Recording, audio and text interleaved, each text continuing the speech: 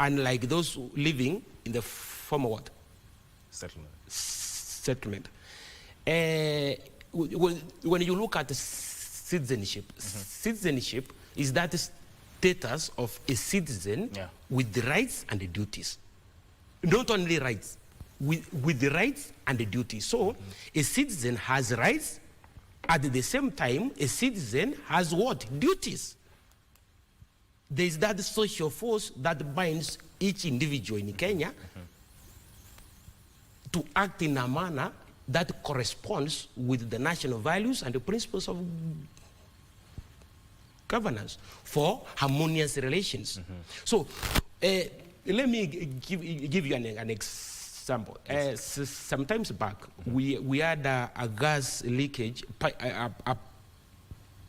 pipeline at Mukuru Gwanjenga, and many people lost lives. Many people were told to move away from that instance, but they refused. The result was many Kenyans lost lives. Remember the case of Sajangwan. Most Kenyans do not know their duties as a Kenyan. They think of their rights from the government. We need to sit down and realize that as a people, individuals, we families, we individuals, we the communities, wherever we live, we have that responsibility to guard ourselves in a manner that corresponds with the objects and the purposes of the Constitution, because the Constitution is what defines us. The law is what defines us. If we live outside the law, then we will become a banana republic. So when you insinuate or allude that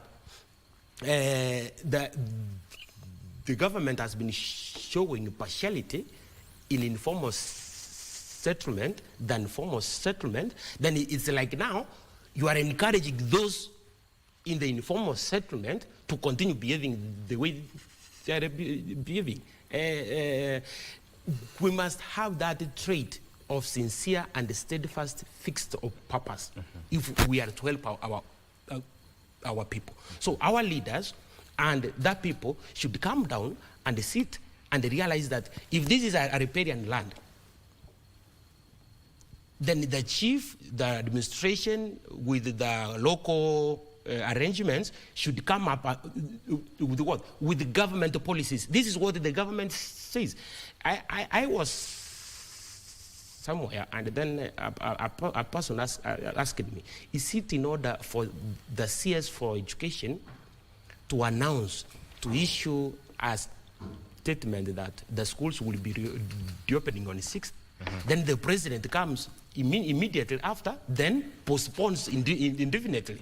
I told them that is in order, because what we are to follow is the president is what? Decree. You know, the president has that right or power under Article 1 to give orders and make the decisions. And the president sits with the National Security Council, where he is informed. There is some data or information that the president gets very raw that he cannot display to the public, but he uses them to act in accordance to save the people. So one was asking that, is the president confusing what the CS, his own CS, was doing? And I was telling them, this is what the government says. The president is the supreme what? Is the head of state. And let the people of Kenya know that we may not have a perfect president, but this is the right president for us. Because when you see such a calamity, then the president goes ahead maybe to encourage parents to send their children to school. And he knows very well that some schools even have been submerged completely. It will not be in accordance with the Constitution. The president is there to respect, uphold, and safeguard the sovereignty of the people, the sovereignty of the Constitution, and the rights and the responsibilities of all Kenyans. Yes. All right. Let's move on now. And I think before you move on, you asked about the riparian housing. Yes. It's good I also make a comment on the same. Yes. When President Kibaki took over the leadership of this country, there was a need to reconfigure our infrastructure. The current Mombasa highway was one lane. Yes. It was not a dual road, because on both sides, all the land, all the road land had been allotted for different constructions and different investments. The same case on Thika Superhighway. So over time, we engaged as a country in criminal action overloading road lands for private development. And when all those infrastructure were brought down, of course, Kenyans were very emotional. But today, we now appreciate the need of open and clear highways, to the extent that the infrastructure alone in the city and around the city and the metropolis, in terms of the dual highways, is a masterpiece in the continent. It's what gives this country image that when you're here, it's like you are in one of the most developed economies in the world. So we appreciate, if we didn't bring down those buildings, if we extended unnecessary benevolence to criminal action of annexing land on our highways, we would not be having these roads today. The same case with the riparian ecosystem. Riparian ecosystem is protected in law. And so any building, whether it is a slum or a superstructure owned by the quote-unquote, the untouchables in this country, should be criminalized and brought down without exception. So when you talk of evicting people from riparian ecosystem, it should not exclude anybody. It should not favor others and protect others. If it is getting out of the riparian ecosystem, let everybody be criminalized. Even government entities. If there are government buildings on the riparian ecosystems, they should all be brought down. And we criminalize any activity within the width and the length of riparian ecosystem. And those are entities where we can grow trees and regenerate our natural vegetation within those entities. I've visited Geneva many times, and the rivers passing through Geneva are so clean with pure water that you can drink directly without even purification. But you can't do this here. We can't do this. It's nasty. We've polluted. We are talking about pollution and settlement along the riparian ecosystem. So it is time we use our laws to criminalize. And law has no exception. The moment we violate a law with impunity as a country, and Kenya has been credited as a country that has developed the best laws, but we don't enforce them. So for now, Mr. President, without exception, can you lead the way you are leading our government to see that we enforce all this legislation and reclaim our riparian ecosystem, even as we seek to plant 15 million trees, as we seek to restore our environment. Let us do it through legislation. And I urge all other political players not to politicize very sensitive matters of this nature. This is an item that all Kenyans of different political shades should come together on matters of the rule of law, while at the same time, if there are Kenyans who are victims of allotment of land in those riparian ecosystems, then they must be compensated. Bring down the building and compensate. If a building is within the city of Nairobi, then it must have been approved by City Hall. So City Hall must take responsibility and compensate owners of those buildings if they were allotted unknowingly by the City Council. So the City Council must bear responsibility. So things to do with insurance and compensation, who takes responsibility? It is that city, the owners of that city. Because, and that brings us now to the state of Nairobi, for example. In the face of these floods and all these things we are seeing, it tells us about how poorly we've managed the city of Nairobi over the years. If we are talking about coming up with tall, high-rise buildings, we should be talking about strengthening the drainage infrastructure system, strengthening the road network, and running the city in an orderly manner. Yes. Let us have clean cities. This is a lesson that we've learned. Thank you. Now, there's a story on page 4, and this actually is something you can authoritatively speak about, concerns education. Public schools still playing catch-up in online class uptake. Situation exposes a class divide between children from humble backgrounds and those from well-off families.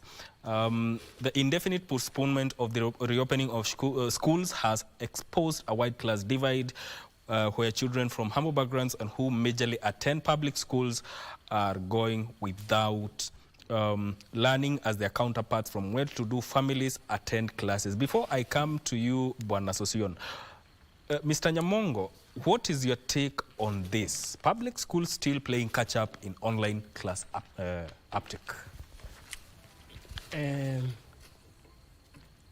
Yeah, this was expected. Yes. Because most of those parents who have their children in public schools, for lack of a better word, they may be poor. Yes. Their resources to encourage or to support their schooling is meager. Yeah.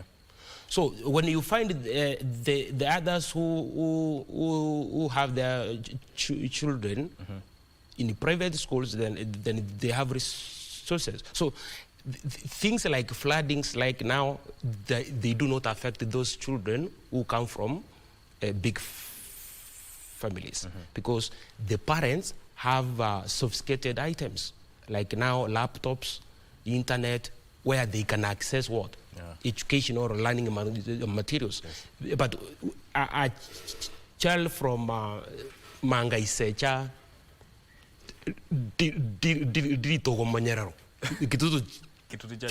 may not be able to do what? Yes. Access these education materials from the internet. So this is what we say, that if it continues like this, then we will have partiality.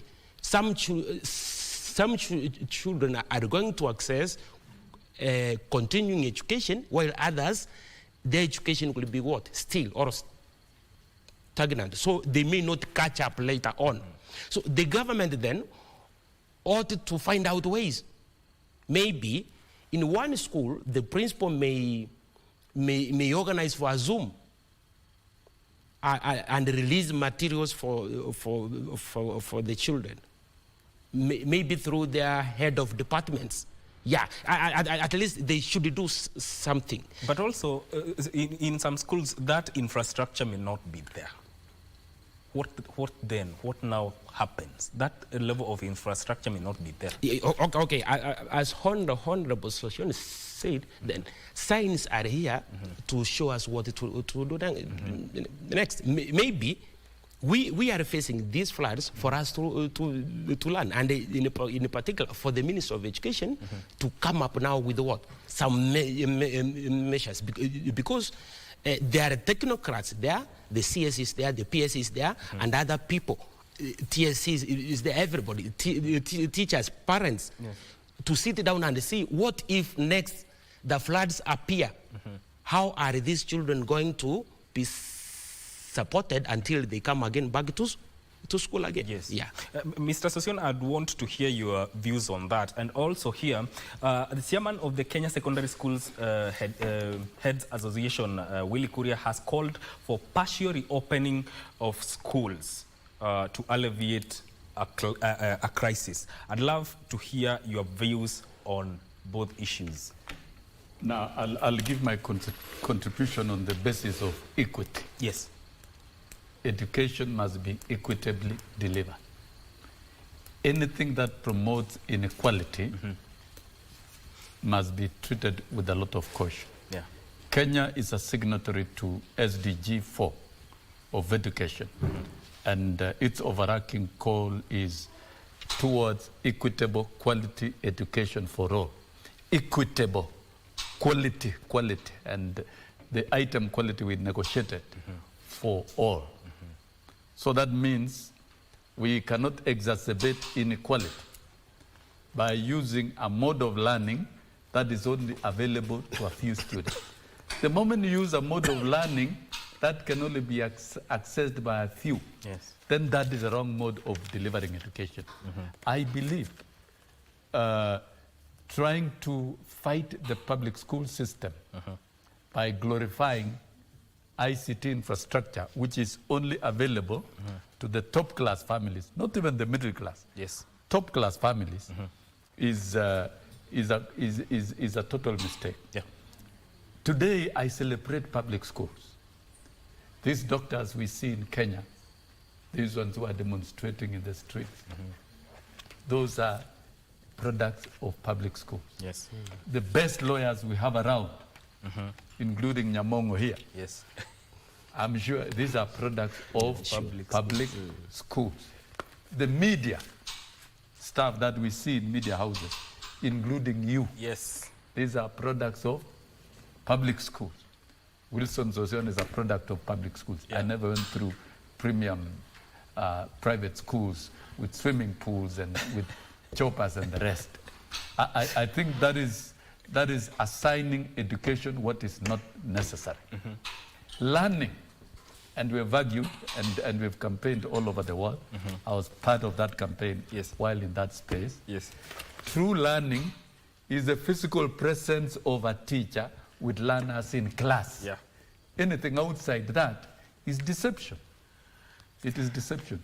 So promoting and hyping that we can have an alternative of using technology to deliver teaching and learning to young learners is a mistake. It cannot work in Kenya. Because number one, we even cannot equip our schools with adequate ICT infrastructure. Yes. If we can't equip our schools, can we equip our poor homes? Let's take, for example, these households that we are evicting from riparians in Mukuru Kwanjenga and several others. We've seen floods in River Nyando, homes submerged, and the children are sitting on funny places. What time are you talking about delivering learning through technology? It is only a madman who can think in that mode. And these adjutants of technology are business interest groups who want to force ICT infrastructure as a relevant mode that can be used to deliver teaching and learning. And therefore, these are business expansionists. That cannot work. If children are not in school, they can either choose to read or not, and they should not be forced. If the schools are closed, then they are closed. The curriculum should remain suspended and unoperational. The children then can decide whether those who have IT, they can use IT. Those who have books, they can use the books. And the statement by my respectful friend, Chairman Kenya Secondary School, letters, partial opening. This one creates inequality. Whom are you going to open for and whom are you not? Actually, I was going I think to what ask, we are how going is that to do going now, to work out? what the president, and the president is properly advised, that many schools, majority of the schools, are not ready for reopening. Even after the rain subsides, we need a rapid inspection and assessment of all schools to check the infrastructure. The facilities that we know are gone now in many schools, particularly in cotton soil areas of the country, which forms most part of the country. The sanitation system have collapsed. There are no toilets. And so that needs to be addressed. Are we going to send our children to areas that will be prone to cholera? With these high intensity rains, we expect outbreak of very unique diseases, including cholera. Are we going to risk to send our students to schools that do not meet the minimum threshold of the standards of Ministry of Public Health? I think every school, before reopening, must be inspected and assessed to be ready for resumption of learning by the Ministry of Health. We must have certificate of clearance for every public school And some schools for purposes have also... of protecting, because it defeats a lot of sense. It defeats sense to postpone closure of schools so that we can save lives from floods. And then we release again children to very dangerous. And you see our schools are congested. Yes. So the issue of sanitation and inspection and certifying of our schools should be number one item. And this is where Machogu and Nakumicha, the two ministers, should not be resting now. That process should be in place. So that then, I expect Kenya Secondary School Leaders Association, I expect unions to be now talking about measures of safe reopening of schools.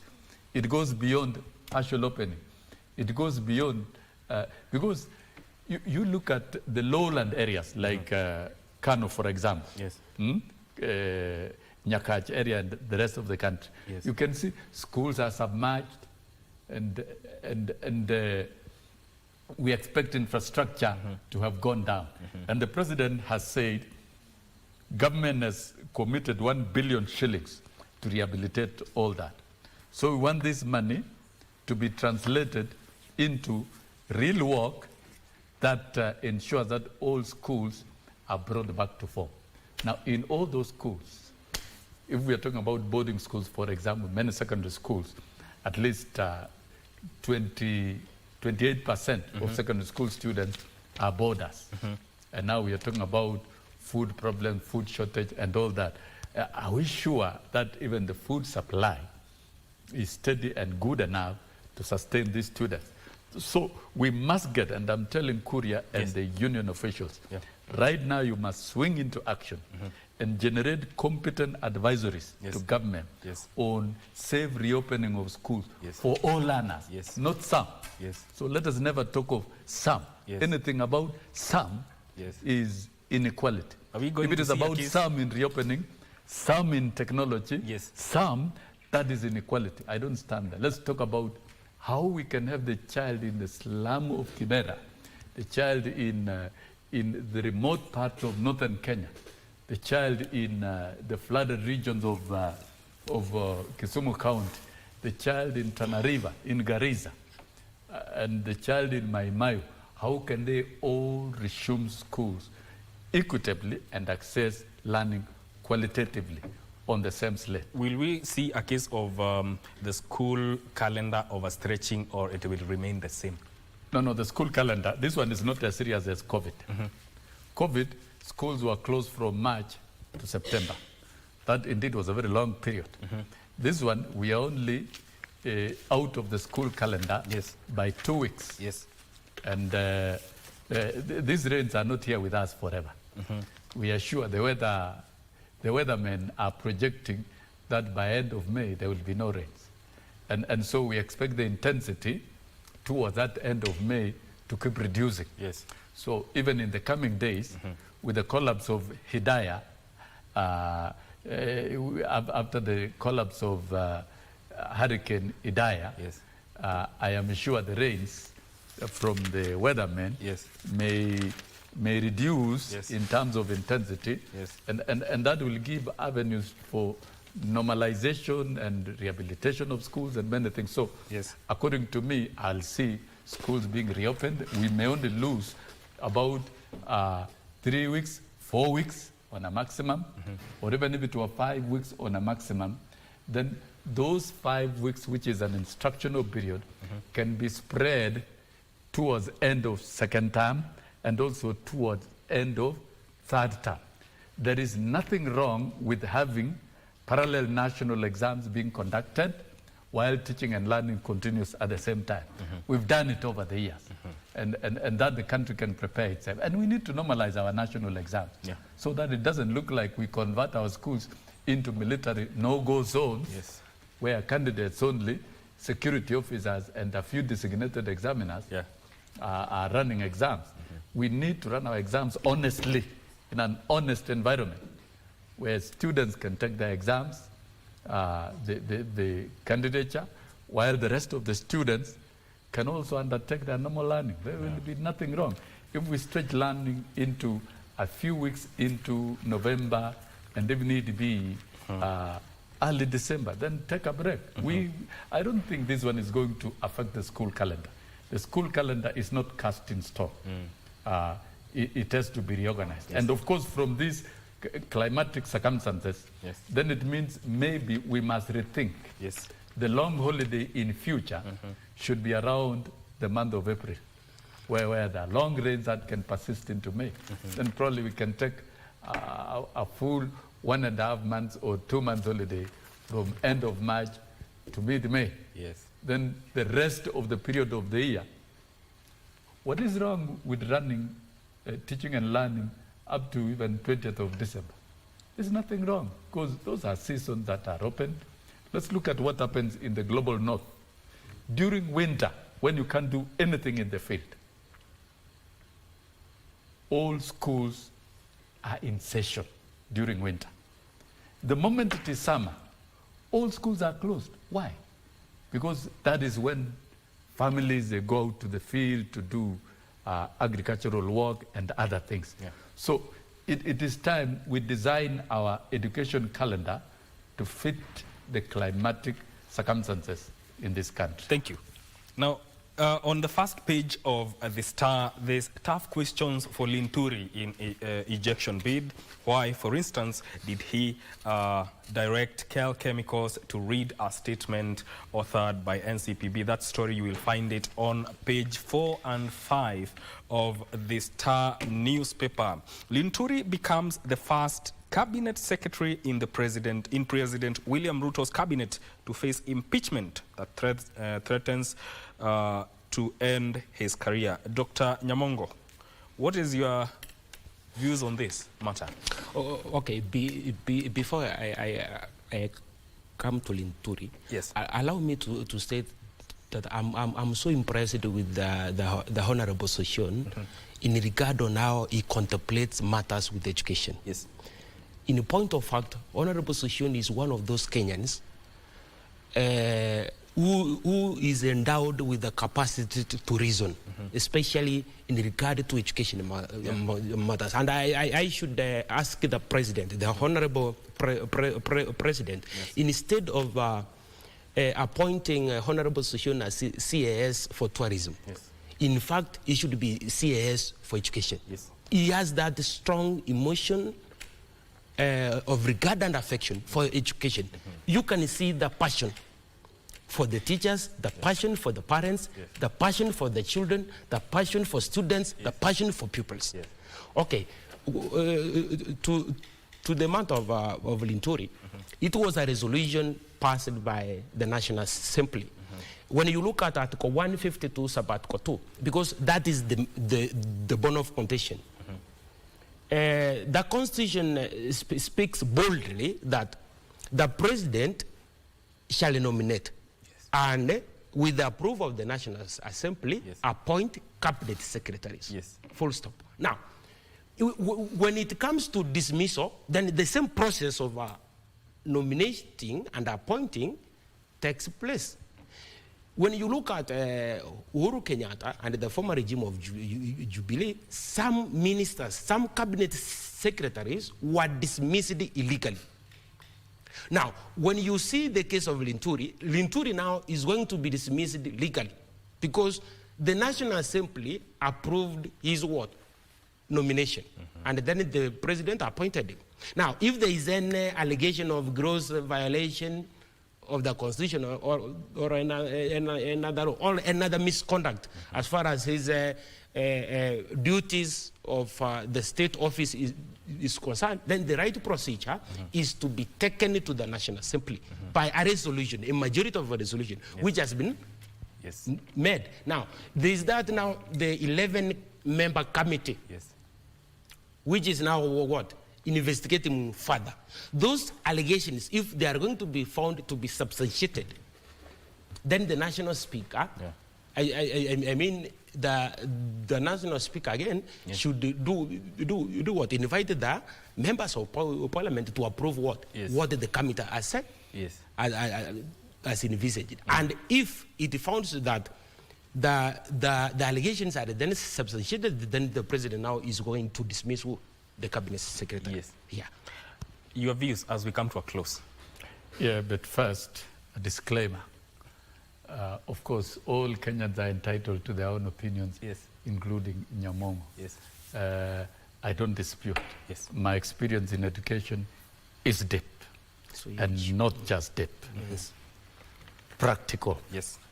both as an exemplary classroom teacher with unmatched records of performance, Yes. and having worked in the trade union movement, Yes. I've been involved in global campaigns for quality public education. And I was at the UN on 22nd of March 2015 Yes. to give an intervention on targets and indicators on SDG 4 on behalf of the teachers of the world. I've campaigned all over the world.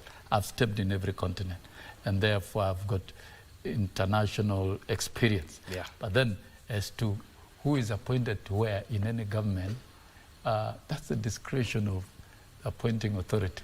If I'm appointed to run the Ministry of Sanitation and Drainage Systems in the Republic, it's a job you have been given. I will do it. So I don't need to get into that. Out of time, eh? Yes. Yes. But if I get to the other question that you have raised, what was it? Regarding Linturi's Yeah, Linturi's, yes. Linturi's matter. Let the institutions work. Constitution of Kenya 2010 created institutions. Yes. It gives powers to Parliament. Yes. The powers of the president were withdrawn because the president could appoint and fire and could even preserve a corrupt minister in government. But now the Constitution doesn't allow that. And even the president is subject to impeachment. Yes. We can impeach nobody cannot be impeached in this country. Everybody can be impeached. And the impeachment is based on the facts of law, violation of the Constitution and the law. It's a law, and I think the process that is being undertaken in Parliament is not new, it's not exceptional. And I would like to say, as an insider of Kenya Kwanza, as we close, I don't think it is a philosophy of Kenya Kwanza to protect wrong things. That is not the philosophy. Thank you. The thing is, if you are doing wrong things, ship out and don't complain. Thank you. And I think Kenya Kwanza is out to deliver on its manifesto and on the main pillars. So you are given a fair process. So Linturi has been given a fair process through Parliament, and a report will be tabled. If that report will vindicate him, he will keep his job. And we'll know the criminals who are distributing fake fertilizers.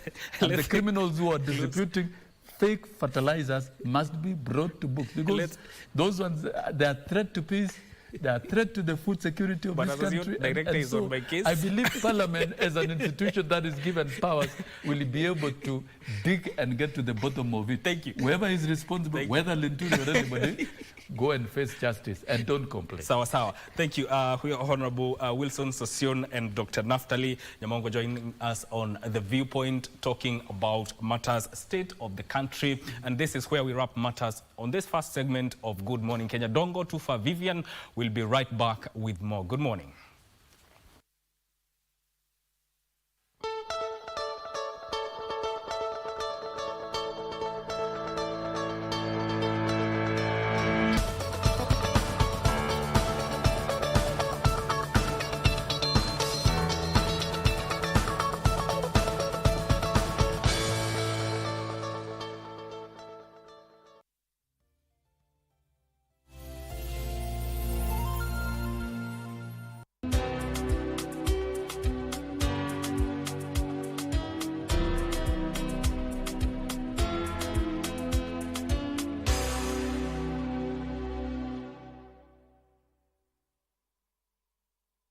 Are you a talented artist? Or are you passionate about a topic you want to discuss?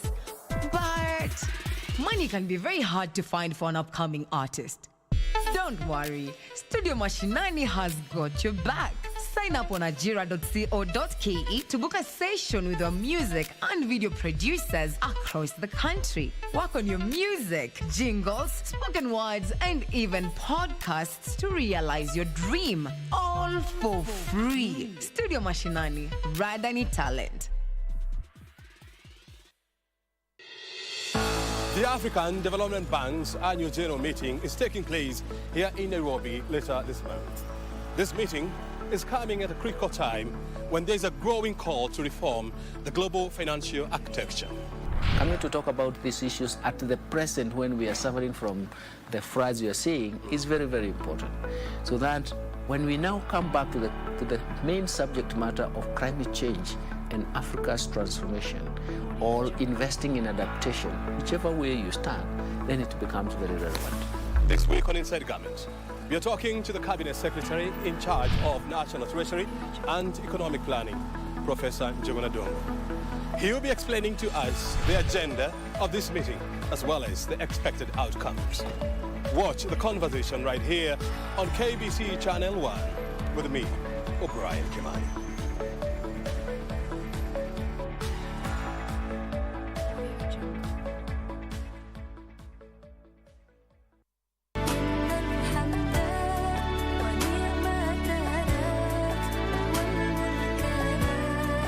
Kuna changamoto ambazo Waislamu hupata wanapojaribu kutekeleza maamrisho ya Allah Subhanahu wa Ta'ala. Tuwe tayari katika hali ya kutafuta elimu ya Mwenyezi Mungu Tabaraka wa Ta'ala. Jambo la pili, hamu yetu kubwa isikuwe ni dunia. Hamu yetu kubwa ikuwe ni akhera. Tufikirie akhera yetu kabla ya dunia yetu.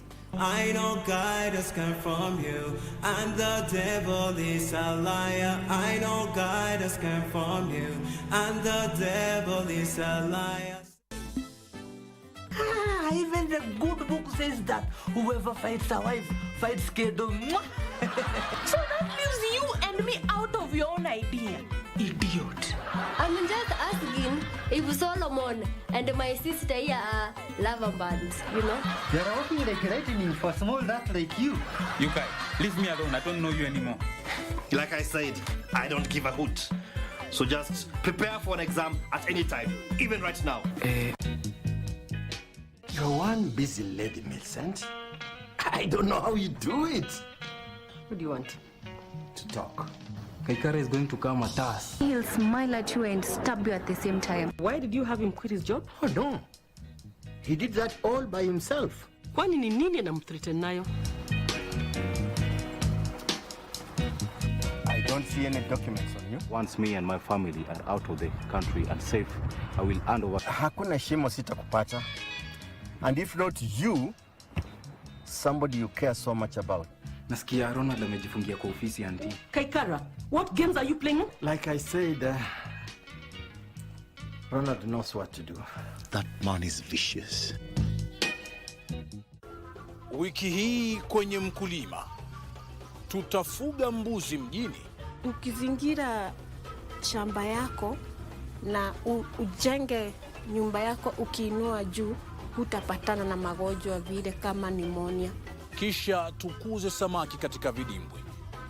Kwa mkulima wa kawaida ambaye anaweka samaki kwenye vidimbwi, anaenda miezi 9 hadi mwaka mmoja. Kumaanisha mfumo wetu wa kufuga samaki ni mzuri mno, kwa sababu kama hapa tunavuna samaki kutoka kwa kila kidimbwi safari 2 kwa mwaka. Ungana nasi Jumamosi saa 10:30 hapa KBC Channel 1 kwa mseto kamili wa kilimo.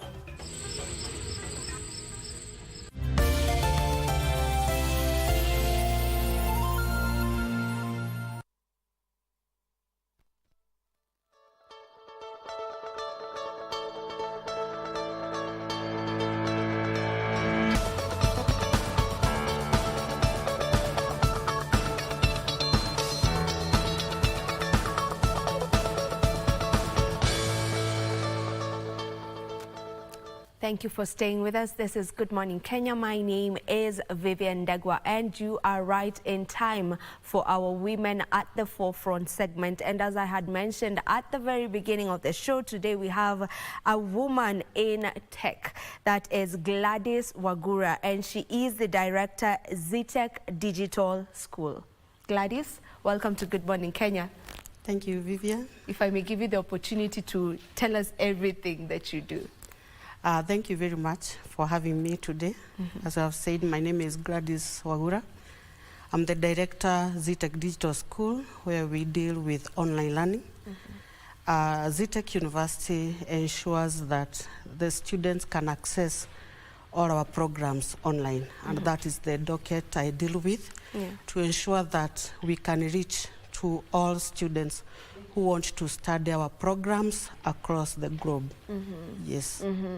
So you are in technology. Yes, I You am. actually have a degree in IT. Yes. What maybe got you into that space?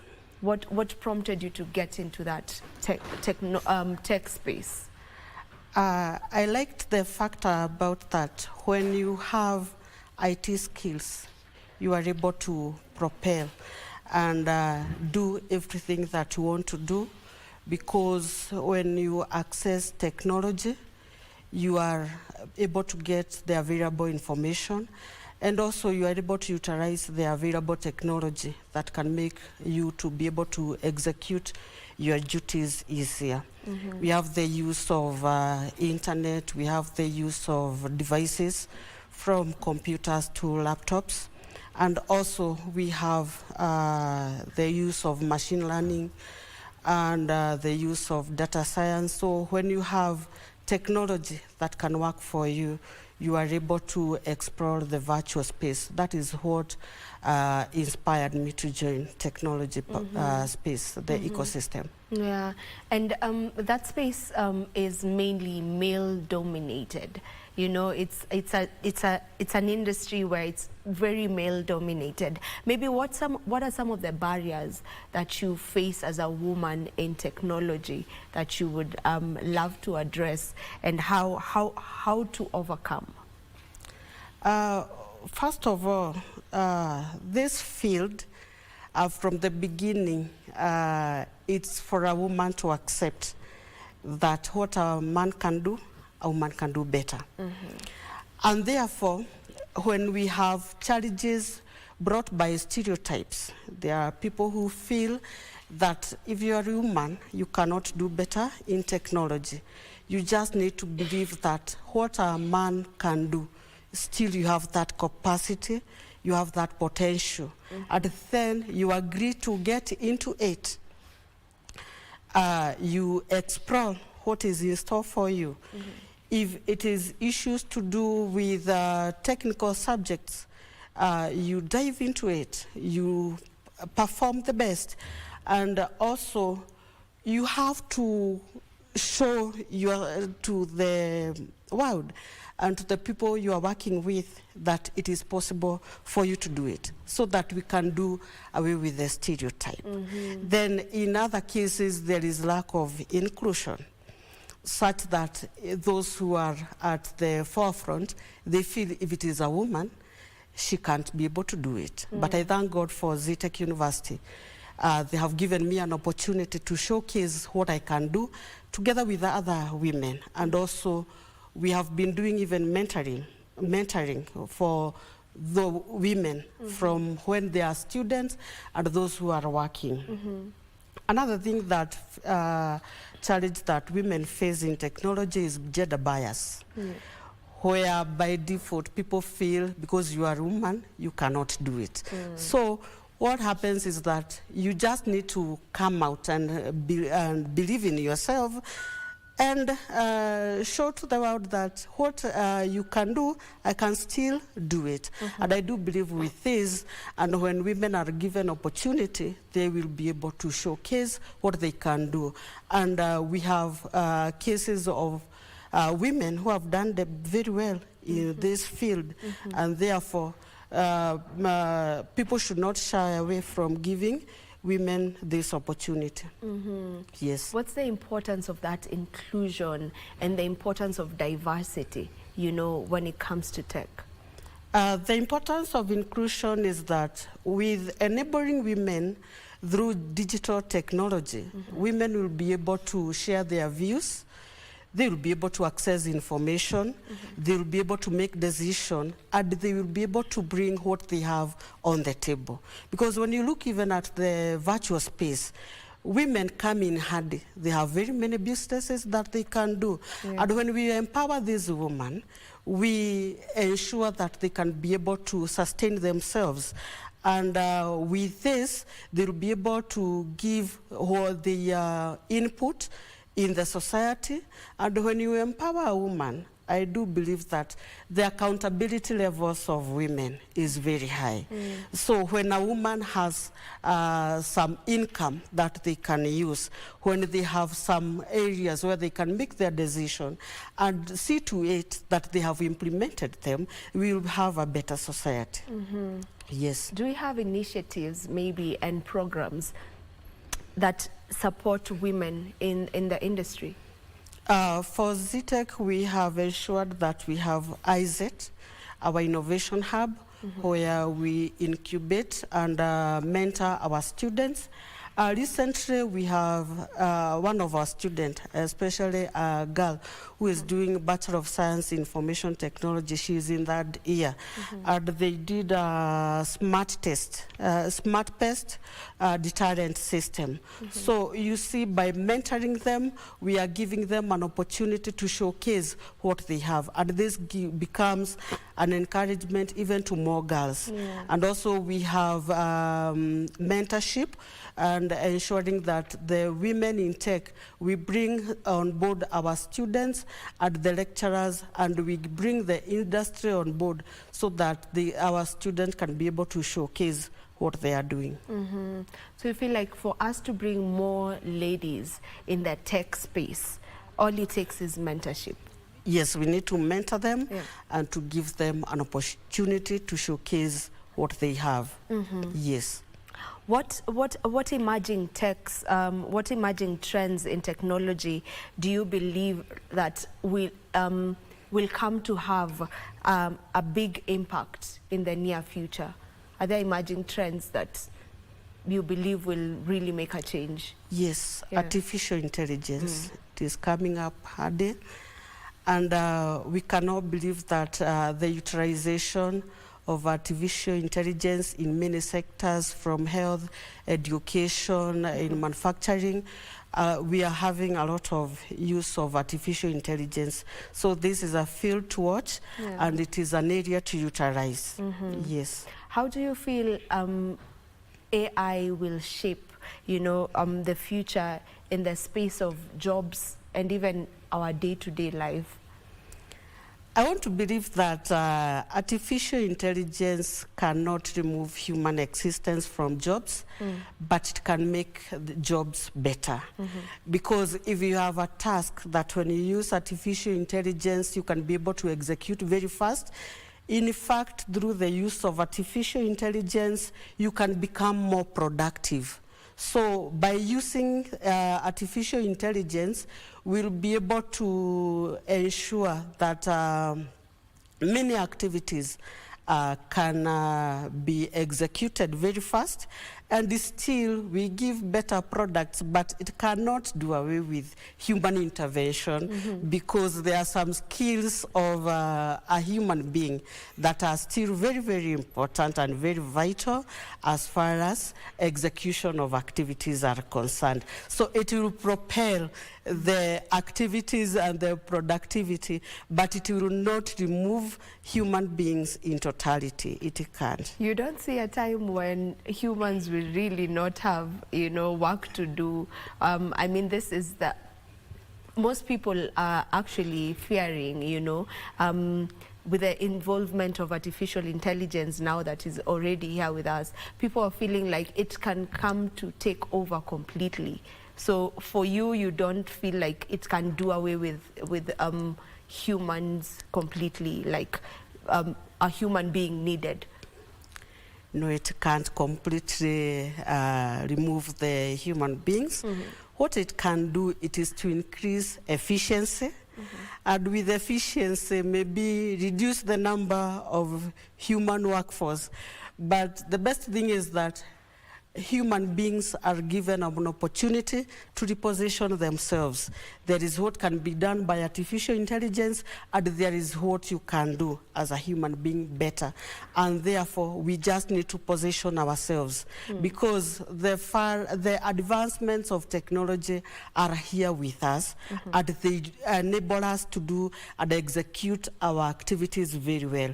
And therefore, with that in mind, the bottom line is position yourself in each and every sector. Yeah, and maybe one may ask, you know, how do I position myself in line with AI?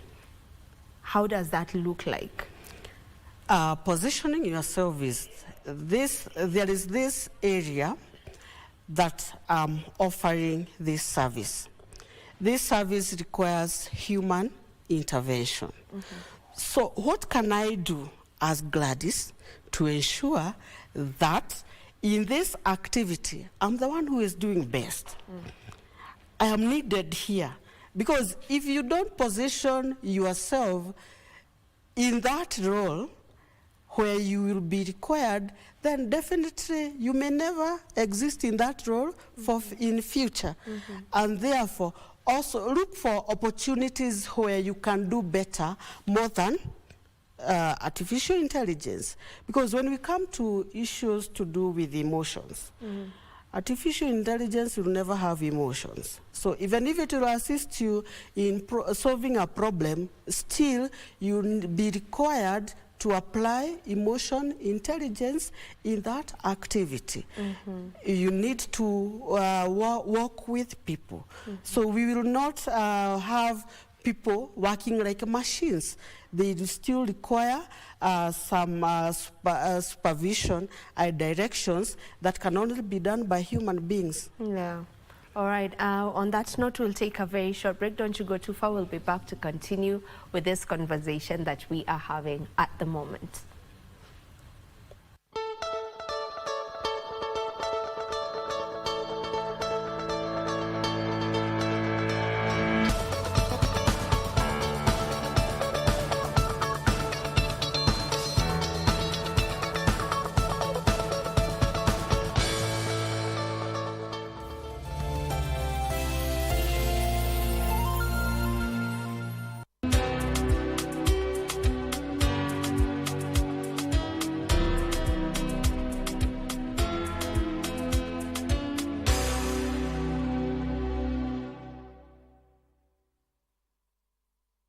Mpenzi mtazamaji wa runinga unayoipenda ya KBC Channel 1. Over the years, we have been at the forefront of broadcast trends to bring you the best of news, entertainment,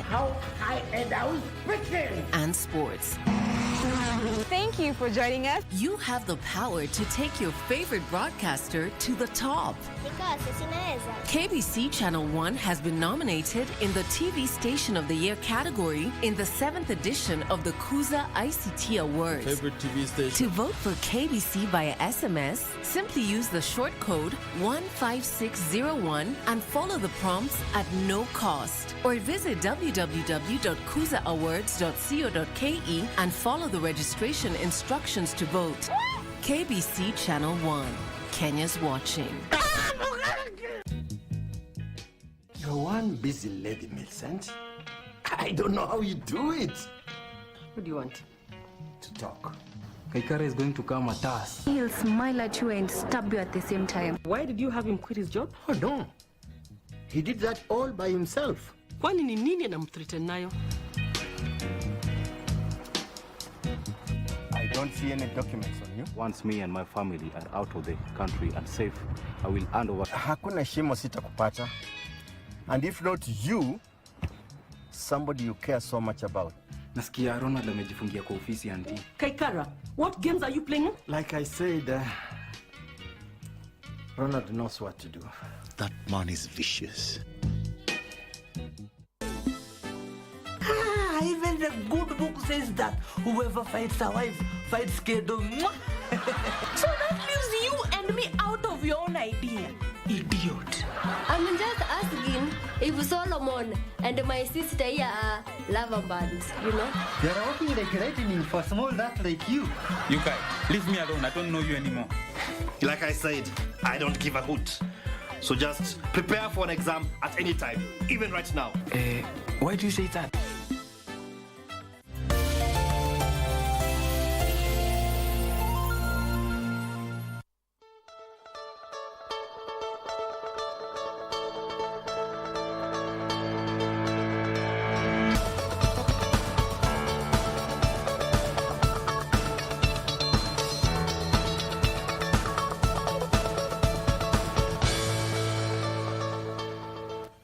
Welcome back. This is Good Morning Kenya. Now, before we went on that for that short break, you were just telling us about how we as human beings should position ourselves in a way that, you know, AI does not come to completely take over our jobs. And you were talking about some things that need emotions.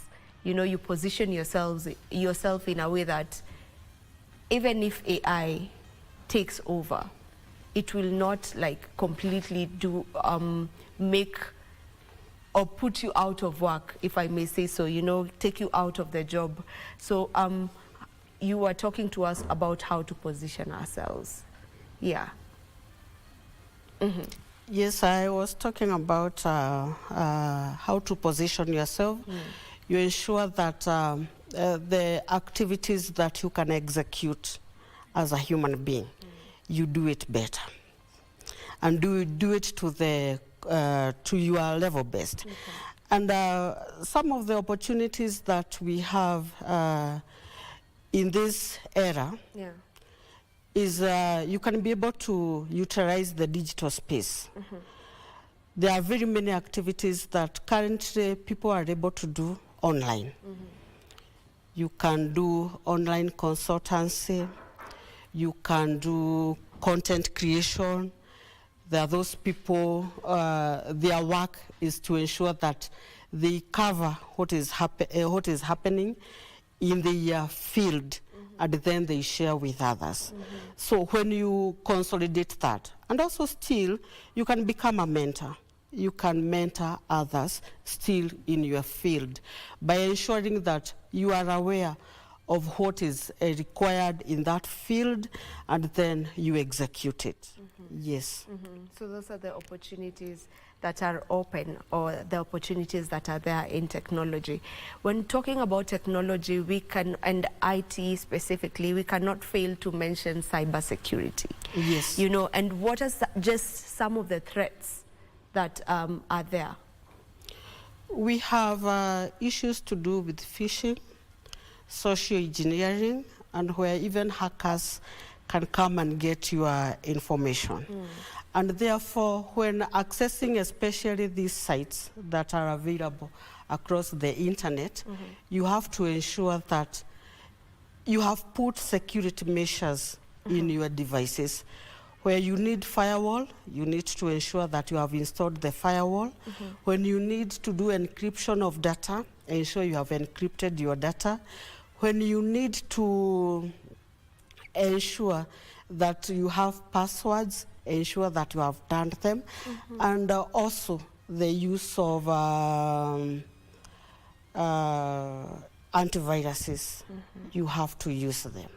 Yes. So that's a way to ensure that you are secure. You have to secure your data. You have to secure what you are doing, so that if you share, in many cases you have heard people saying, my phone has been hacked, do not send money. So you have to be vigilant also. How do you protect yourself from that? On the sites that you are accessing, you don't need to access each and every site that comes your way. And sometimes it is good, there are some security enhancement that you can even check from the URLs that you receive. And also sometimes the content that is shared is the one that triggers more interest towards what many people want to access. So you have to be very careful. You see, this information that is coming on my way, do I need it? If surely you don't need it, do not access a site.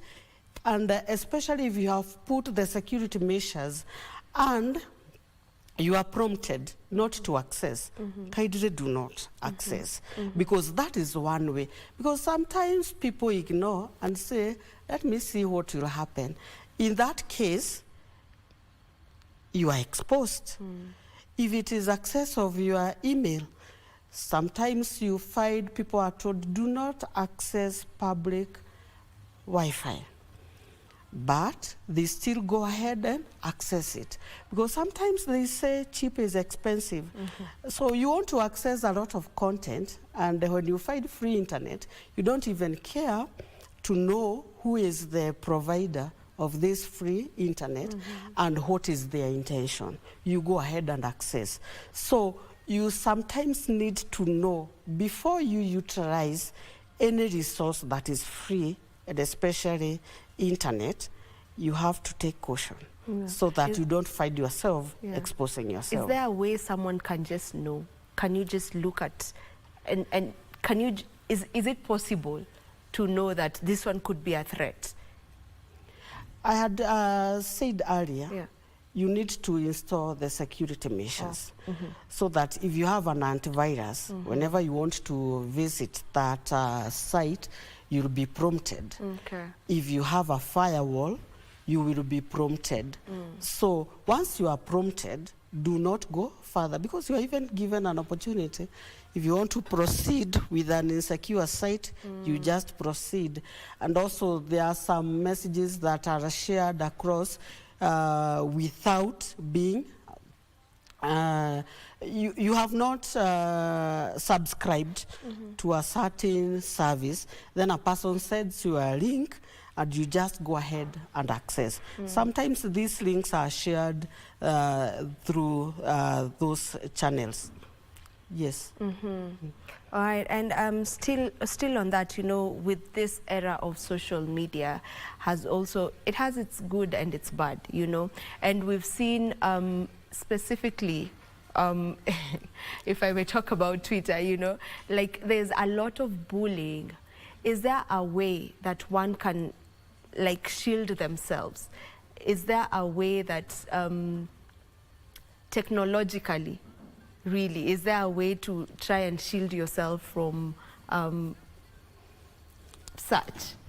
Sometimes I just think to some extent a person needs to develop something, skill, and especially when you know what you have shared is legit, and what you have shared is the best of yourself. Let me talk specifically for those people who look at the size of a person and they start body shaming. Yeah. So as a person facing that, you are supposed first of all to ask yourself, what is the best thing that you can do, either to conform and reduce your size, or you accept yourself if it is beyond you. And that is where you find sometimes you are told, we pray to God to give us the serenity of accepting things that we can't be able to change. So if it is within your capability, your capacity to change something, you can go ahead and change it. If it is not within your means, then you need to accept. And with acceptance, and also sometimes we need to face this life with a lot of positivity. People are facing very many things. So when people are facing very many challenges, sometimes even you don't know what to do. So you need to have a person that you can work closely with. There are those people who work with counselors, there are those who work with peers, there are those who work with mentors. So you just need to know, in this area, who can I tackle with this best? Yes. All right, as we come to a close, maybe how can one stay empowered and informed in this increasingly, you know, tech-driven world, technology-driven world? In this digital economy, this digital space, we'll have a lot of information from boot camps that happen, from access of information from the internet. And also this technology has enabled people to reach far and wide as far as learning. is concerned. So you can access education across the globe. If you need any information, it is easily available. What you just need to do is to get into it and then you read further. Because sometimes people don't want to read, and that is where the challenge comes in, because information is there. But if you don't access it, it will be of no use to you. So you just need to access this information and utilize it. Yes. All right. So at ZTech Digital School, where you are the director, maybe what do you offer in terms of technology? At ZTech University, through ZTech Digital School, we offer our learning anywhere, anytime, through the use of synchronous and asynchronous mode of learning. We have our e-learning system, the learning management system, and we ensure that the courses that are offered across the 3 schools, we have the School of ICT, Media and Engineering, we have the School of Business and Economics, and we have School of Hospitality, Education and Social Sciences. So all the programs that we offer for our regular students, we ensure they are accessible online so that we can reach to that student who want to study, but because of one reason or another, they cannot be able to come to ZTech University. So we reach out to them. Also, we have ensured all our technical courses, Bachelor of IT, Bachelor of Software Engineering, they are accessible through the e-learning platform. And also we are looking forward to ensure that we have master's programs. We are working on computer science, information technology, and also PhD in computer science, so that we increase our offering in this technical field. We have also ensured that we have an innovation hub. We have a section called IZET, where we mentor our students to do various innovations in the university. And therefore, those people who feel that they are very far from the university, they cannot be able to come physically, we have opened doors for them, and we tell them they can learn anywhere, anytime.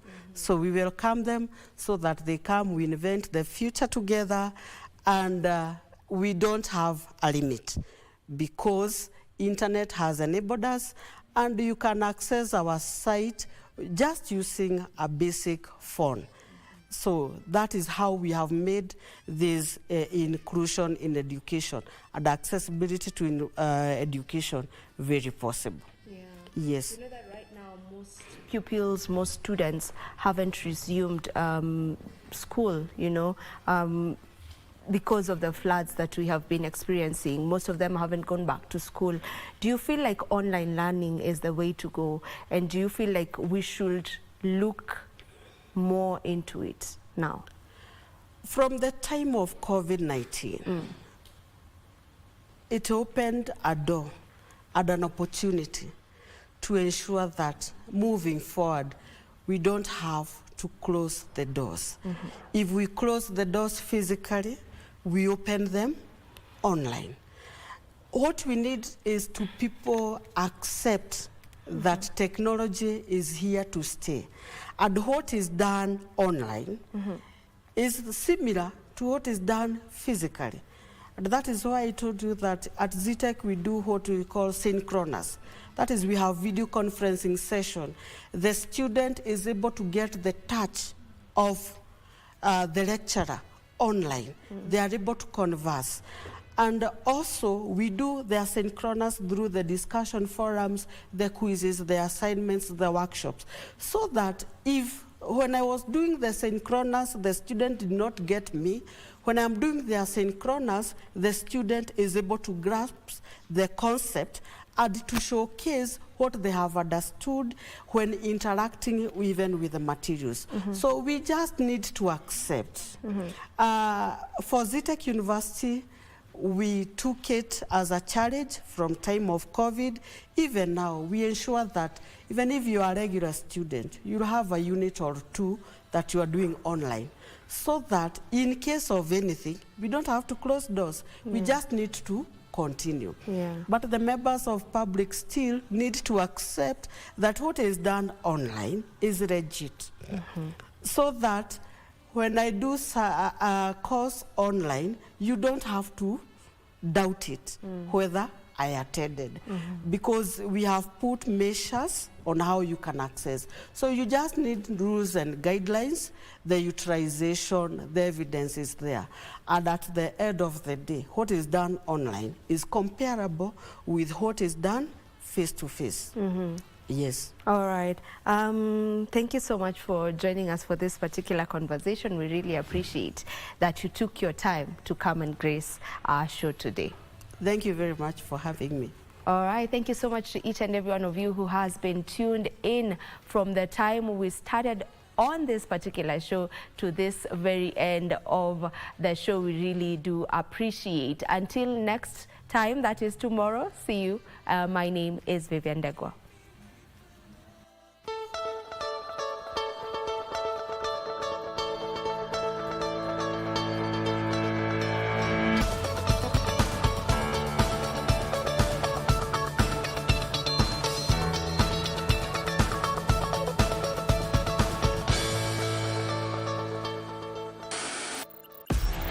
On KBC Channel 1, we are a TV station like no other.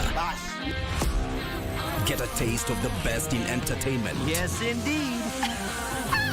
Feel the passion. Will you promise me? I swear that you will never lose me. I can't get married to you. I'm sure you knew about it. That's why you're making fun of me. Experience the drama. Get out. Who is the man in this one? And the laughter. Hii wigi umevaa kichwani. Sisi wakati tulikuwa tunapishwa tukapewa mheshimiwa.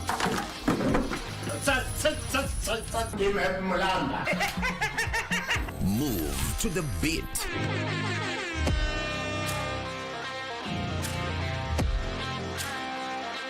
We are live from Broadcasting House. And get informed on the latest happenings. KBC Channel 1. Wow. Yeah! We are the full package. Oh, yes. And Kenya's watching. Thank you very much for joining us.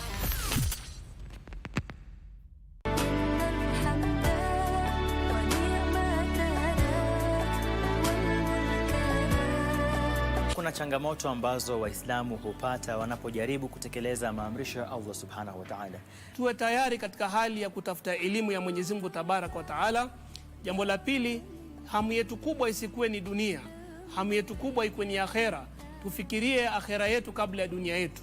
I know guidance come from you, and the devil is a liar. I know guidance come from you, and the devil is a liar.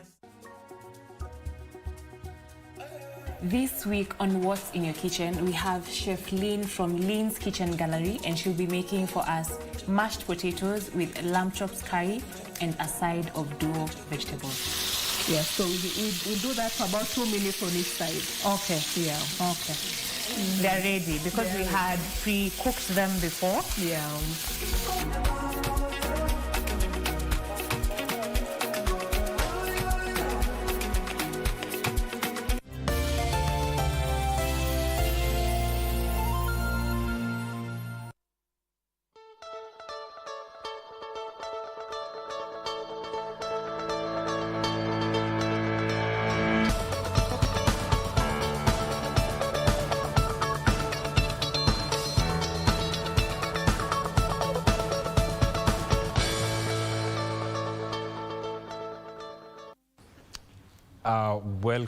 Welcome back to Good Morning Kenya. My name is Mike Migwe. And now we shift gears and talk about matters to do with nurses.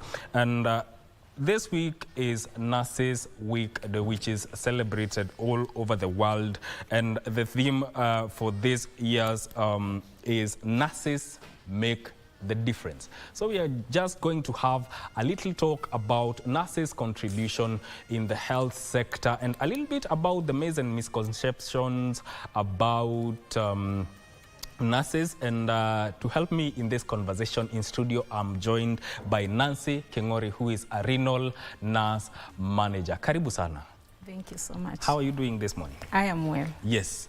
You are a renal nurse manager. What does that all involve?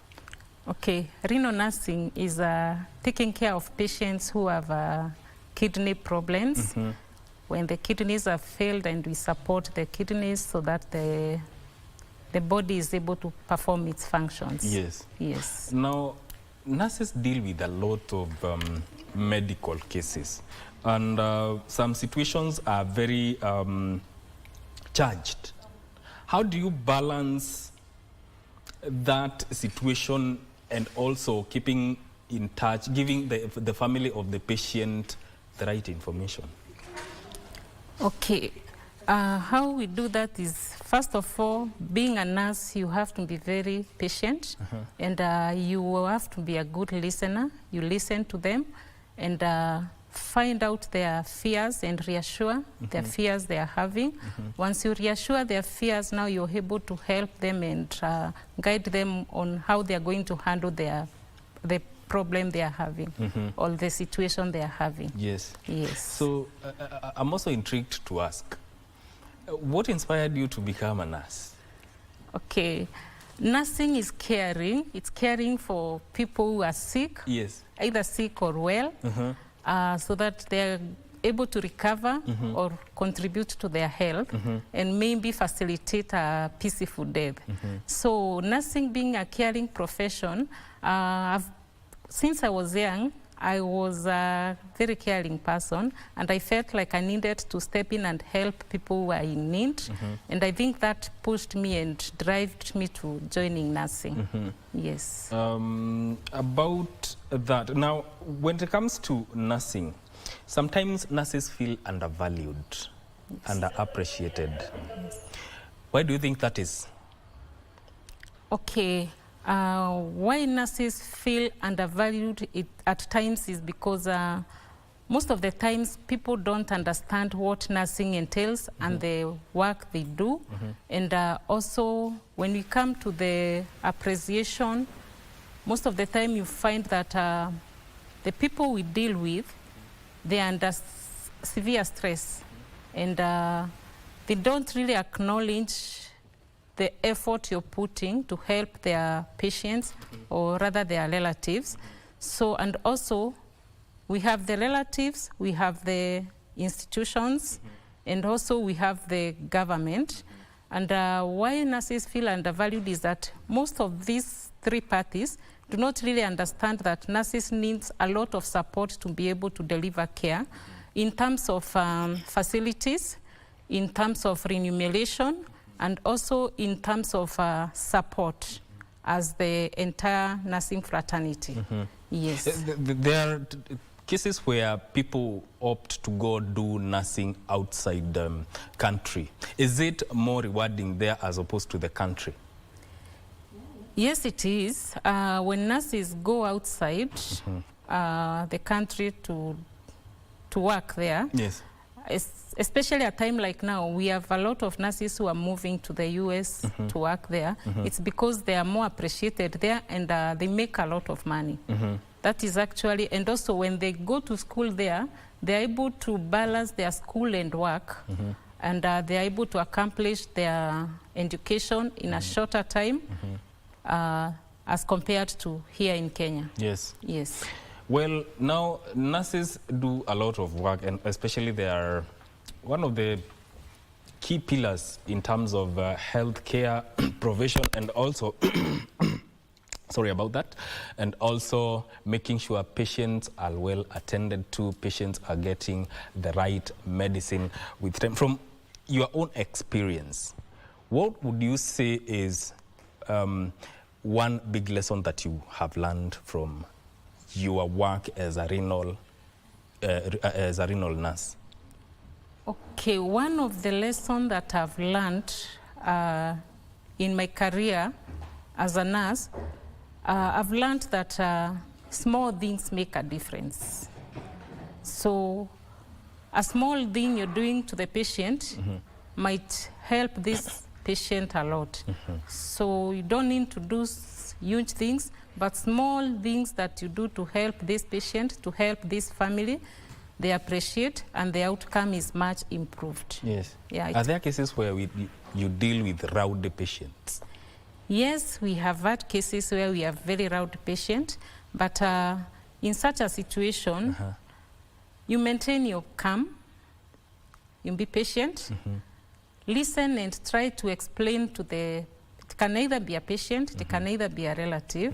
So long as you come and you listen to them and you explain why things are happening the way they are happening, most of the patients, they tend to listen and they are able to calm down. Yes. We'll be talking more about why nurses should be appreciated more, and maybe even their working conditions be enhanced, but we'll do that when we come back from this short break. Don't go too far.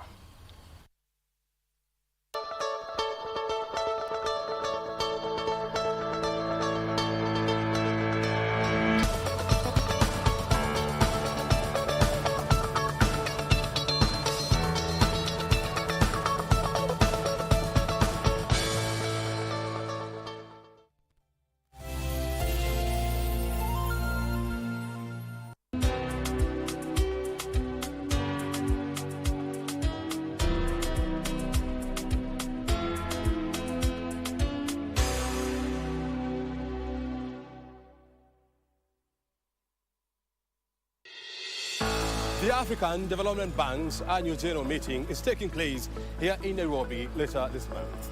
This meeting is coming at a critical time when there's a growing call to reform the global financial architecture.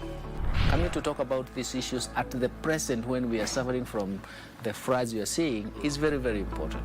So that when we now come back to the main subject matter of climate change and Africa's transformation, or investing in adaptation, whichever way you stand, then it becomes very relevant.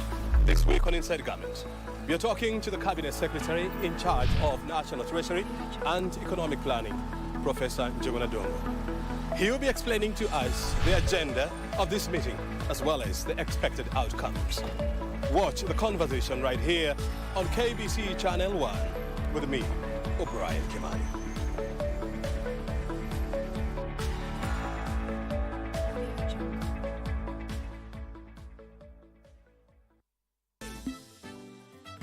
Even the good book says that whoever fights survives, fights Kedo. So that leaves you and me out of your own idea. Idiot. I'm just asking if Solomon and my sister here are lover bands, you know? You're working like lightning for small rats like you. You guys, leave me alone. I don't know you anymore. Like I said, I don't give a hoot. So just prepare for an exam at any time, even right now. Why do you say that?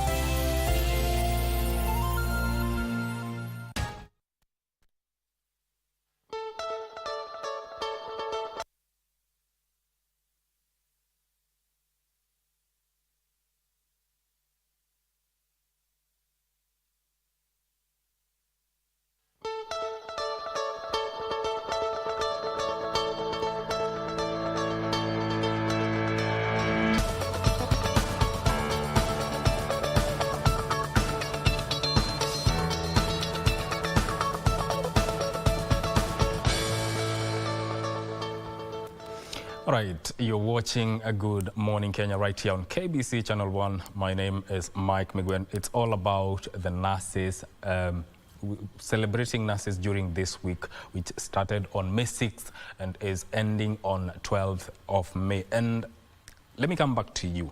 Why do you think nurses' appreciation is important?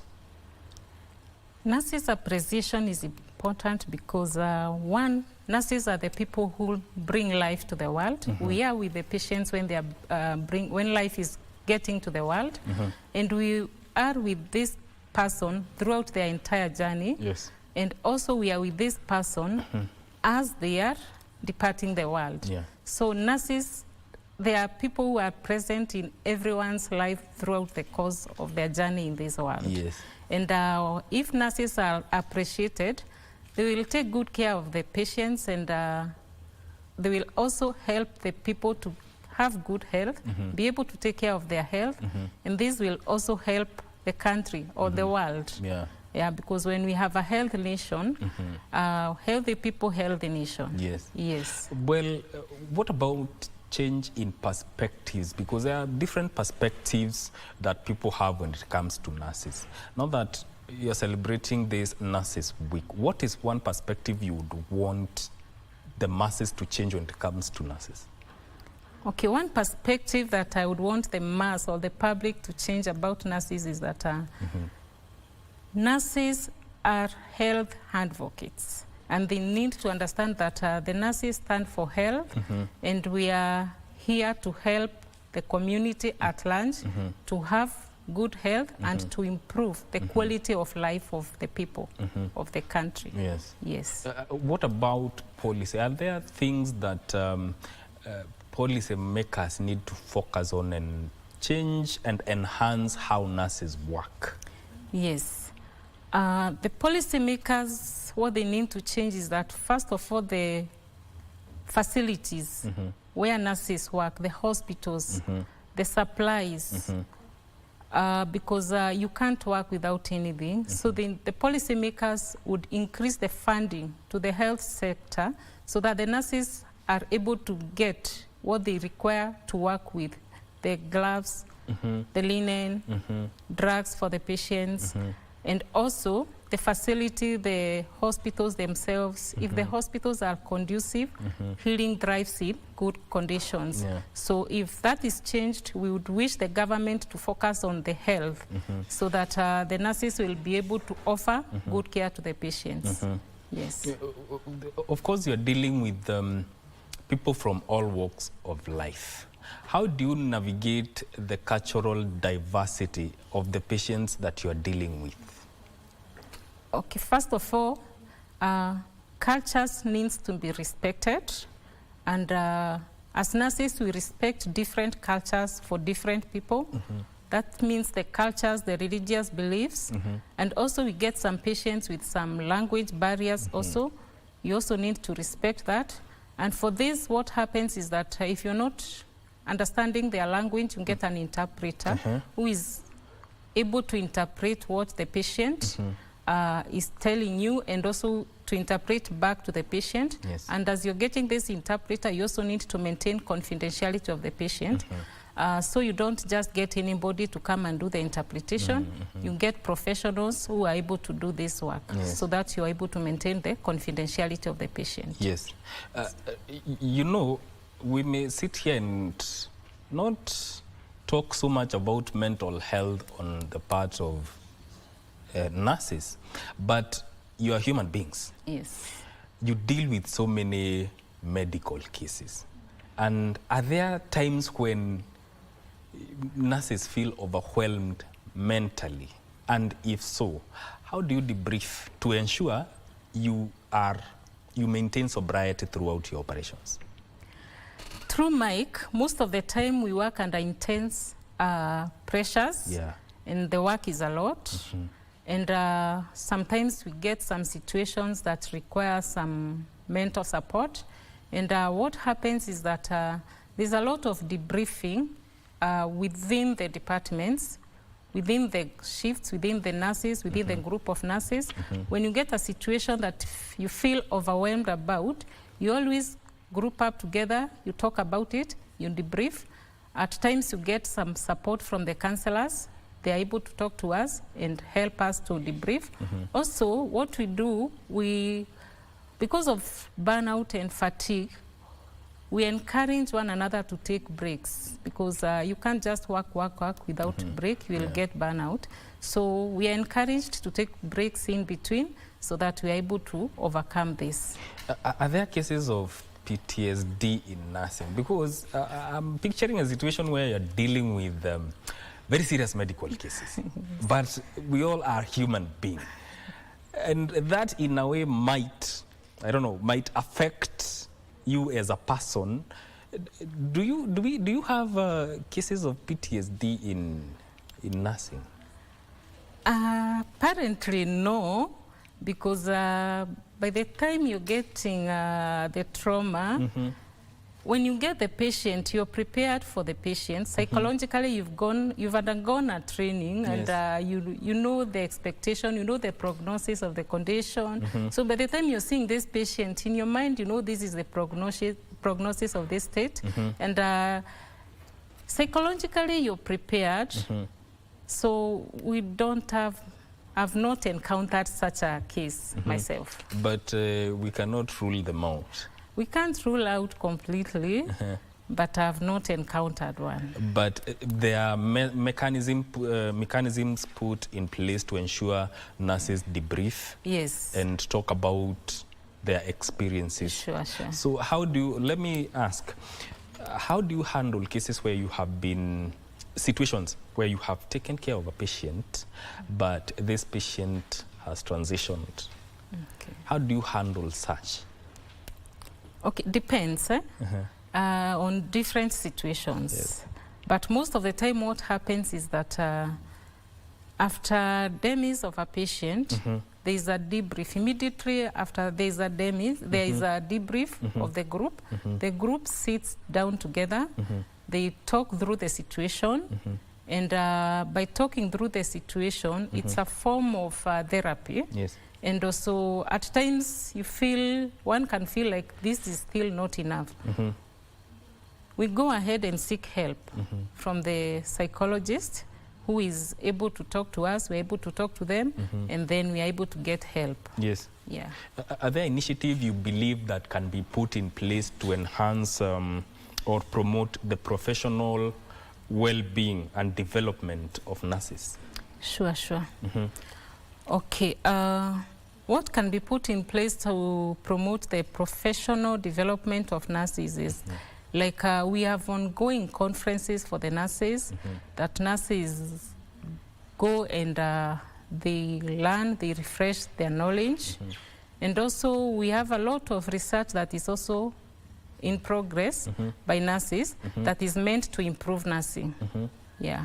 How about cases, study leaves, and going back to school to enhance your knowledge? Do you have that window? Does your profession allow that? It has. It has that. Depends from institution to institution, but most of the institutions we have study leaves. We have a lot of.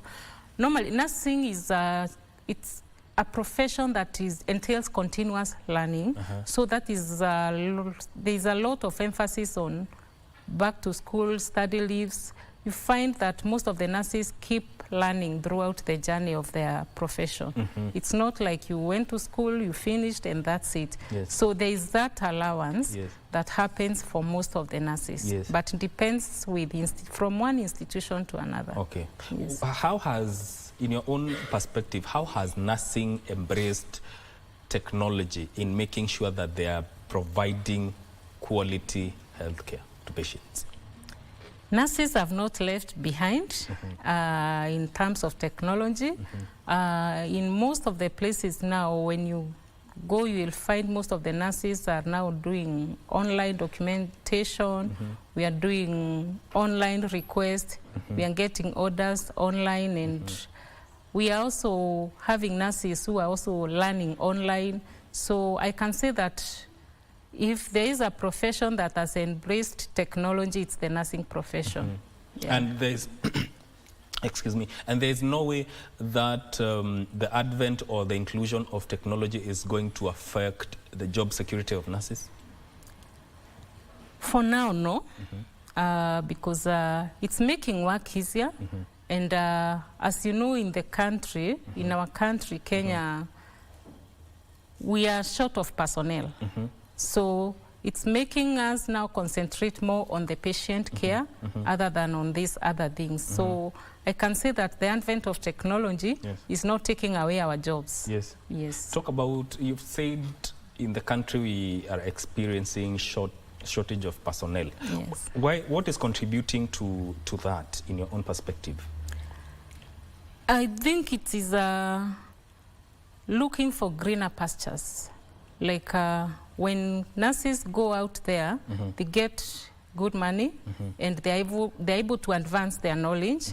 So, and they are also able to get good life there. Yes. Yes. So, what would you say are the biggest challenges that nurses of today are facing in as far as exercising their duties and giving top quality healthcare is concerned? What are some of the challenges? The challenges that nurses of today are facing is that one of the challenges is lack of equipment. Most of the time in government hospitals, you find that they don't have what they need. They don't have the requirements that they need to work with. And also the infrastructure. You find that most of the hospitals in Kenya, they are congested, they are not conducive, and also the payment. Most of the nurses are going to the US because of pay. Yeah. So how would you, if you're given a chance to address the government, how would you want them to address the challenges that you have just outlined? I would urge our government to improve the working conditions of the nurses. First of all, to give us supplies, give us enough requirements, and also to give us remuneration in terms of payments and other privileges that can help improve the provision of care to the patients. Yes. Well, the doctor's strike is still ongoing. Yes, it is. And how would you assess the situation right now in hospitals as a nurse? Is that giving you an overwhelming kind of work, or how is the situation? Okay, I may not be able to say it clearly because I work in a private hospital, but we are also experiencing that because most of the patients are coming to us, and by the time the patients are coming, they're already very sick, and you can now only imagine what is happening to those patients who are not able to come to us, and it is a bad situation because if you see patients who are able to come, they're coming already very sick. What of those patients who are not able to afford the private hospitals? Yes. Now, talk about the Nurses Week. What is it all about? Because it's themed Nurses Make the Difference. Why do you think nurses make the difference? Okay, first of all, the Nurses Week. Why we celebrate the Nurses Week? Yes. The Nurses Week is celebrated between 6th to 12th May. And on 12th May is when we have the birthday of our founder, that is the Florence Nightingale. She's the founder of the modern nursing, and that is why we celebrate our Nurses Week during this time. Why we are celebrating it now is that we want nurses to make a difference. Like we are making a difference in the patients, in the people's life. And this making a difference could be a smile, could be just a reassurance, and we would want the public to also be engaged in this Nurses Week and help us celebrate our profession and appreciate us more also, because we are also humans, we need to be appreciated. But the more reason we celebrate our Nurses Week, it is to focus on our nursing profession and to let the world know what we are doing to these patients. Yeah. So is there a way that, how would you want the public to appreciate you? There are many ways of appreciating, but how would you want the public to appreciate you? How we would want the public, first of all, they need to know that the work nurses do, it's not just giving injections. We do more than giving injections. We help the people, whether they are sick or not sick. The public needs to understand that they need to come to us for information, how they are going to improve their life, and where to seek which information, so that when they know where to seek the information and how to seek it, they will also be involved in our Nurses Week, because they will be aware of what we do to help the community. Yes. Yeah. And also, the patient-nurse relationship is important. stress on why people need to take it more seriously, especially in a medical setting, because you'll find, as we have highlighted, some patients may be rowdy, some are not even adhering to the instructions that you give. Why is that relationship very important? Patient-nurse relationship is very, very important because if you are a patient and you're not giving this nurse the environment to be able to take good care of you, that means that she will not provide the best care to you. And you need to give her some space, because if you're very rowdy to this nurse who is still attending to you, at times, but very rare cases, we find that some patients, they abuse the nurses. And the environment is not very good for the provision of care. But most of the time, you find that as nurses, we've been taught on how to handle this patient, because this is a patient and they may be having something is triggering them to behave in the manner they are behaving. So most of the people who are very around actually are the relatives, not the patient. The patient is sick and needs help, but you find that the relatives are not able to give that environment to the nurses so that they're able to take care of this patient. So, but we request that if they can maintain some professionalism when they are having the nurses, when they are with the nurses, so that the nurse is able to take good care of the patients. How do you prevent burnouts? And how do you prioritize self-care? Because it's very important when it comes, when you're working in a medical environment and you are dealing with human life. How do you prioritize self-care and also matters to do with taking care of burnouts?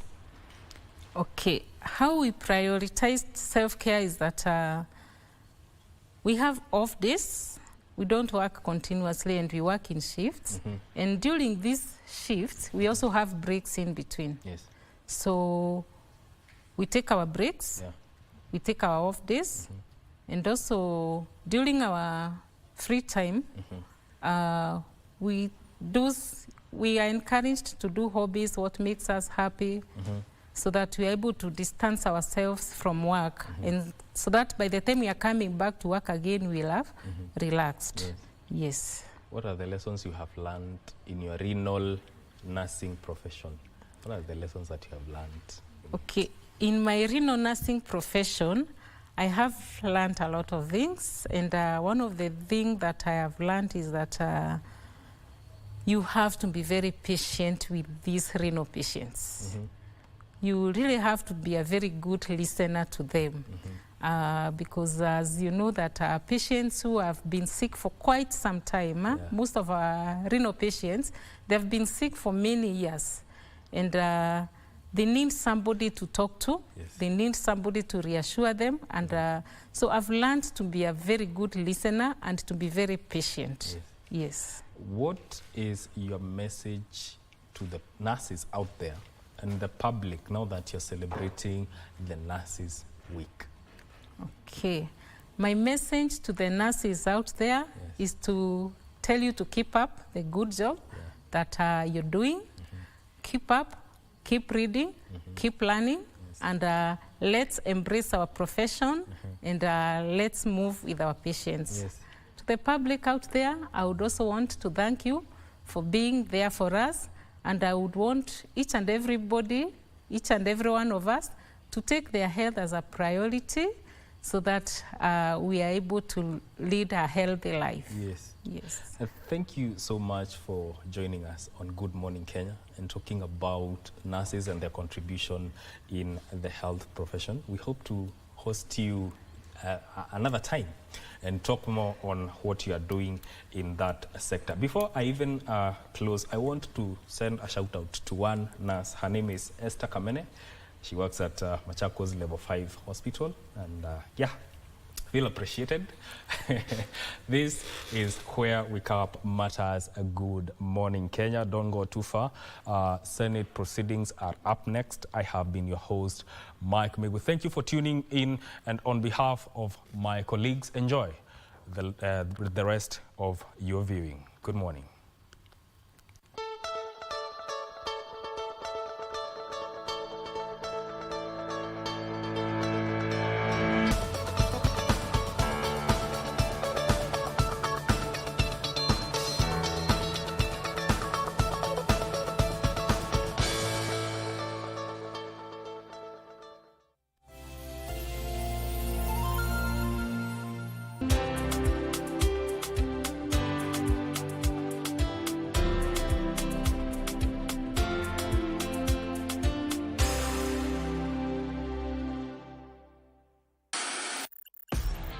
On KBC Channel 1, we are a TV station like no other.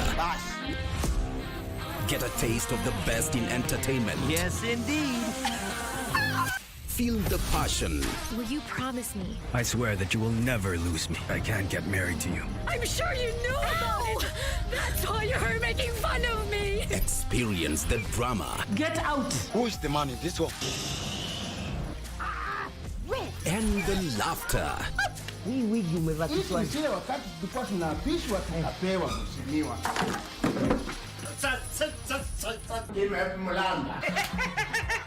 Move to the beat.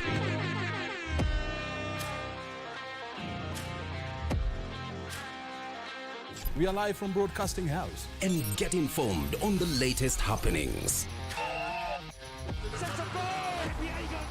KBC Channel 1.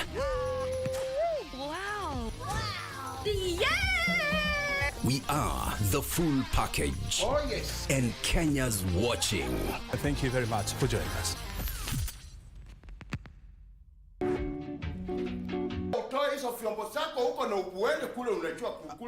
I'm sorry, I have a contract. I'm not going anywhere. Lazima ufuate sheria. Na yeye afuate sheria. Sheria uje ulale kwa nyumba yangu na nimekomboa. Sheria unanisaidia kulipa. Ploti ni yangu. Wacha kubishana na mimi. Hebu leta shahidi mwingine. Ponda. Wewe usiniletee wewe. Hata uone hayo. Huyu ananiambia nini huyu? Uone hayo kujibishana na mtu kaa huyu. Akochapa. Ama nikutolee chatu saa hii. Wewe. So kielele ni ya nini? Walk out. Jumba hata si yako. Babako ndo umewachia. Alafu wewe hata juu kumaintain. Mimi anaenda. Please. Wacha tu test kama hiyo kichwa iko na uchi ama maji. Si ndio? Sana mimi najua iko na maji. Ngoja usikie mheshimiwa. Si unasikia?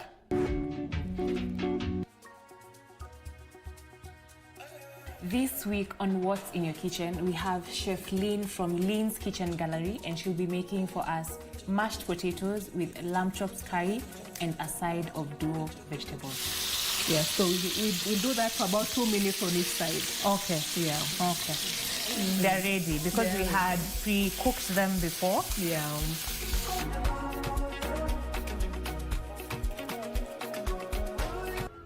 Wiki hii kwenye mkulima, tutafuga mbuzi mjini. Ukizingira shamba yako na ujenge nyumba yako ukiinua juu, hutapatana na magonjwa vile kama pneumonia. Kisha tukuze samaki katika vidimbwi. Kwa mkulima wa kawaida ambaye anaweka samaki kwenye vidimbwi, anaenda miezi 9 hadi mwaka mmoja. Kumaanisha mfumo wetu wa kufuga samaki ni mzuri mno, kwa sababu kama hapa tunavuna samaki kutoka kwa kila kidimbwi safari 2 kwa mwaka. Ungana nasi Jumamosi saa 10:30 hapa KBC Channel 1 kwa mseto kamili wa kilimo.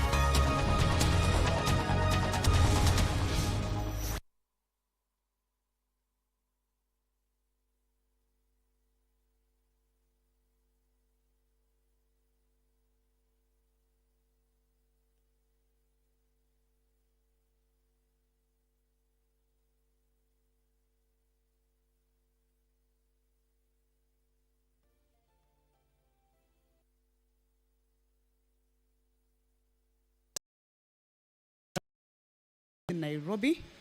And it is a live broadcast that is brought to you by the Parliamentary Broadcasting Unit in partnership with the Kenya Broadcasting Corporation. Remember, you can follow these live proceedings on the KBC Channel 1 TV and the YouTube channel, as well as the Senate YouTube channel. On this morning of Wednesday, pursuant to the House Standing Order